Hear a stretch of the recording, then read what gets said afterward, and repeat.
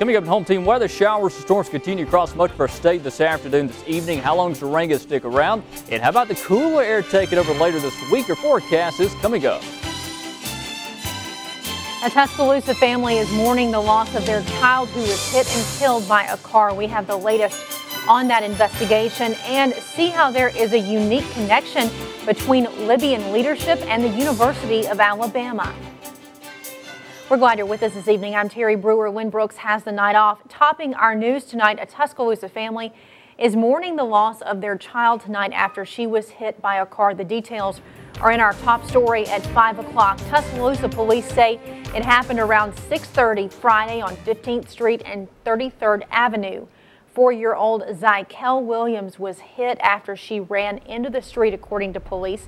Police say the child's aunt was going to the store across the street and the child ran into the street. Today, family members put up a small memorial in her honor where the crash happened. Williams attended preschool in Tuscaloosa, and today parents were saddened to hear about what happened.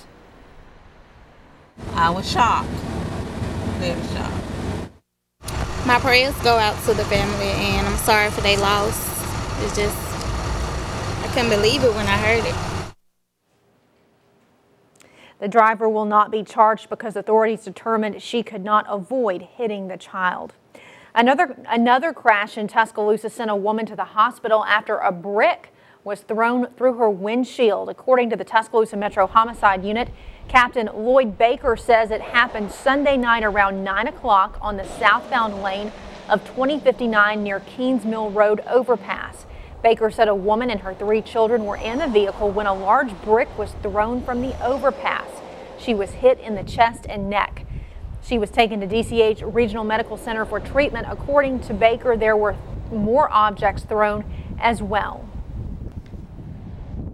We feel that there were other objects thrown from that bridge prior to this lady being hit, and even after she was hit, other objects were thrown. Baker said there were no other injuries. 2 Tuscaloosa County teenagers have been arrested in connection with the case. Baker says Jordan Isaiah Price and Shane Adam Heron are both 16 years old and from Cottondale and have been arrested and charged with assault. Well, the Middle East has been in the spotlight for days now, beginning in Libya, where protesters attacked the U.S. diplomatic compound, killing 4 people, including U.S. Ambassador J. Christopher Stevens. Officials say they were upset after an online film considered to be offensive to Islam. The University of Alabama system has connections to the Libyan leadership. WVUA reporter Jennifer Edwards joins us with more. Jennifer? Thanks, Terry. Last November, former UA professor Abdul Rahim Al-Kib was elected as Libya's interim prime minister. Al-Kib was an electrical engineering professor who began his tenure at UA in 1985. Al-Kib stayed at the capstone for nearly 20 years, being involved in the faculty senate and serving as a representative for the Muslim community. According to officials at the Embassy of Libya in Washington, D.C., Al-Kib was appointed to draft a new constitution and provide leadership until the general elections. Fast forward to the general elections, and a second university professor has ties to Alabama has been selected to lead Libya. Last Wednesday, Mustafa Abu Shagar became prime minister of Libya. This came one day after the attacks. Abu Shagar is also a former professor at the University of Alabama, Huntsville. According to Director of Public Affairs for UAH, Ray Garner, Ashugar taught engineering at the school for about 17 years before leaving around 2002. Abu Shagar's daughter says the men first met in Libya and continued their friendship in Alabama. According to Libyan embassy officials in Washington, D.C., Al-Kib's location is unknown at this time. Terry? All right, thank you, Jennifer. And meanwhile, in the Middle East and around the world, the protests continue. In Beirut, Lebanon, protesters took to the streets after Hassan Nasrallah, leader of Lebanon's Shiite Muslim movement Hezbollah, called for protests today. In Kabul, Afghanistan, at least 15 police officers were injured at a protest against the film today. A senior police official says nearly 300 people were part of the demonstration. 2 police vehicles were burned. And this weekend, the scene was much the same in Sydney, Australia. Muslim activists demonstrated at the U.S. consulate there. At least 1 officer was hurt. Some of the protesters chanted and held signs saying, "Obama, Obama, We Love Osama. And in Antwerp, Belgium this weekend, Belgian police arrested more than 120 Muslim protesters during an anti-U.S. rally over the film. Hezbollah's leader says the film represents an insult to the Prophet Muhammad and his followers. I believe that these offenses in the film are so great and dangerous. I can also claim that they are unprecedented, as introduced by this film. Even if we are to compare this film to a book written by the apostate Salman Rushdie, or to those offensive cartoons that were published in Europe, or to the burning Qurans in the United States, this film poses a bigger and more dangerous matter. After the riots, President Obama called the U.S. diplomatic officials in the Middle East and reassured them that their security is top priority for the government. On your election watch, voters head to the polls tomorrow. That's to decide on a constitutional amendment in Alabama on the ballot, an amendment to take $435 million from a state trust fund to prevent cutbacks in state services. The money would be used for the general fund for 3 years. Alabama Secretary of State Beth Chapman says she anticipates around 20% of residents to turn out for the vote. Polls open at 7 a.m. and close at 7 p.m. You can see exactly what will be on tomorrow's ballot and find out where you can vote. WVUATV.com. Just click numbers and links.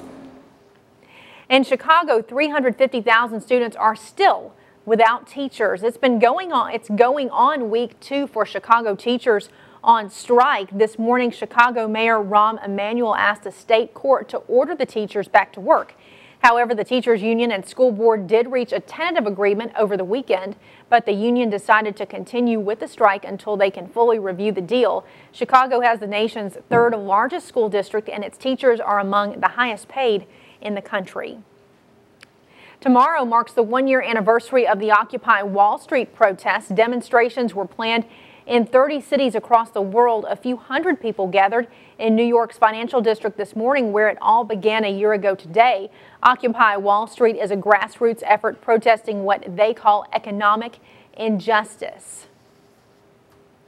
Well, often when it comes to weekends in the South, football and church are a constant. But Tuscaloosa's Trinity United Methodist Church has found a way to bring the South's fascination with football to the church. The 10:30 service brought just more than 200 people out of their homes and into pews. That was yesterday to listen to Alabama football center Barrett Jones share his testimony. Jones said winning national championships isn't as fulfilling as his love for Christ.